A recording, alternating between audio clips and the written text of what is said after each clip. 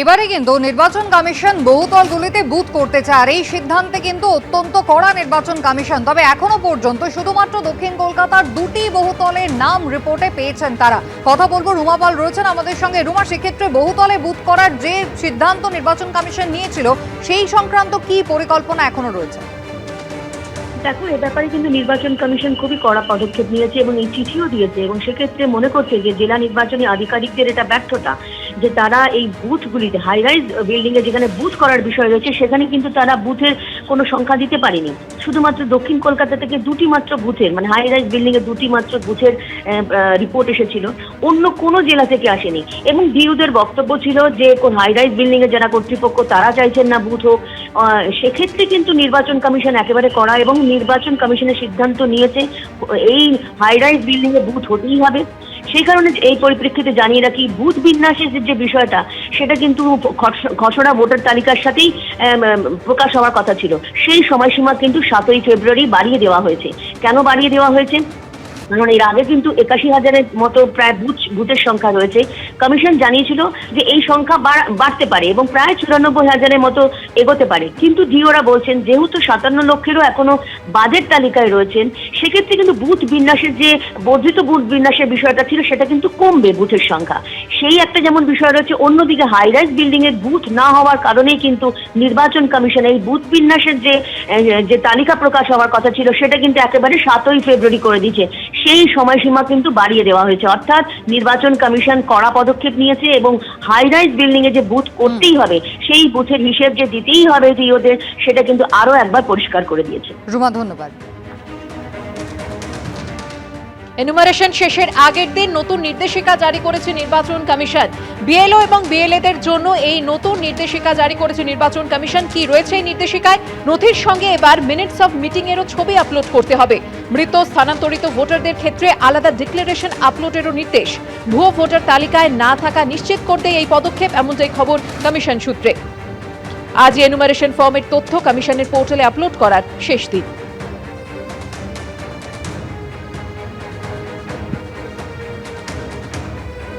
প্রত্যেকটা বিএলওকে বিএলএ এবং তাদের নির্দিষ্ট অঞ্চলের সুপারভাইজারের সঙ্গে মিটিং করতে হবে এবং সেটা এই একদিনের মধ্যে সেই ছবিটাও আপলোড করতে হবে, যেটা কখনোই সম্ভব নয়।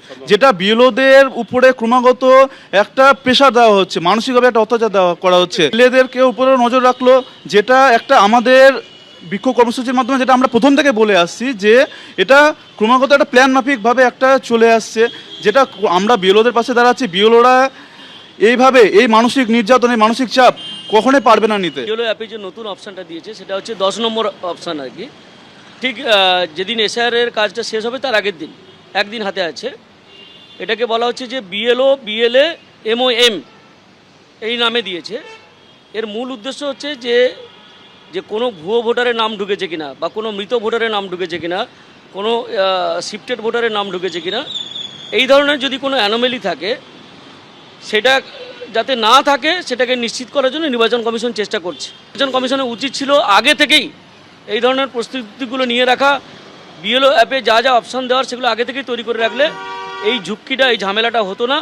তবে শেষ মুহূর্তে দিয়েছে, বিএলওদের একটু চাপ বাড়বে এটা ঘটনা, কিন্তু তার সত্ত্বেও বিএলএদের যে চাপে রাখা হলো, তাদের যে দায়বদ্ধতা বাড়ানো হলো, এটা একটা অত্যন্ত ইতিবাচক দিক বলে আমরা মনে করি।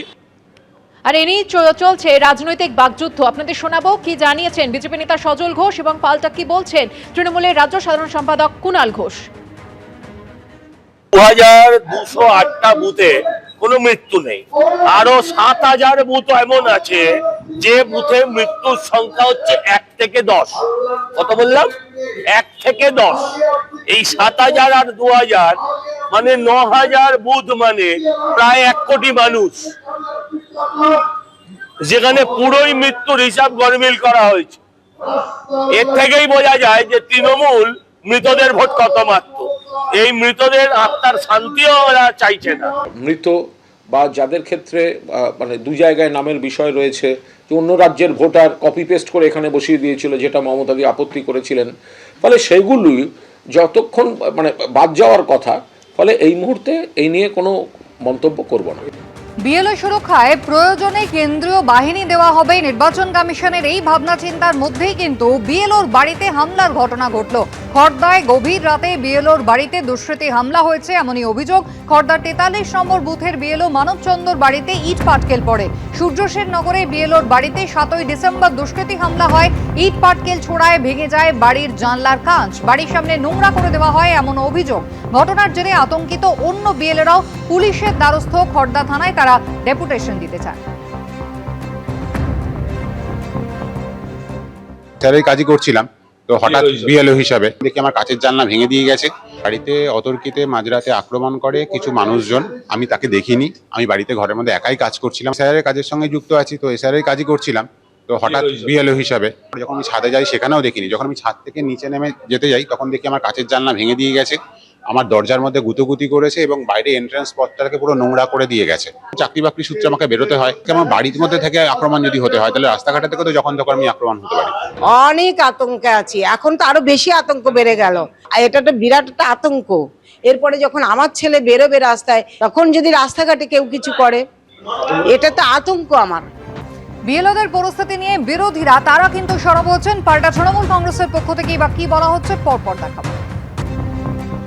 বিএলওর যে ওপর হামলা হচ্ছে আর এই বিএলও অধিকার রক্ষা কমিটি নামে যে সমস্ত তোলাবাজগুলো ওখানে বসে আছে বিএলওর সহযোগী সেজে, তাদেরকে আগামী দিন পেছনে লাঠি দিয়ে তুলতে হবে। টিএমসি পার্টির কথা শুনছে না কোনো বিএলও, এবং তার জন্যই তার বাড়িতে ইটপাটকেল পড়েছে এবং পুলিশের জ্ঞাতার্থেই পড়েছে।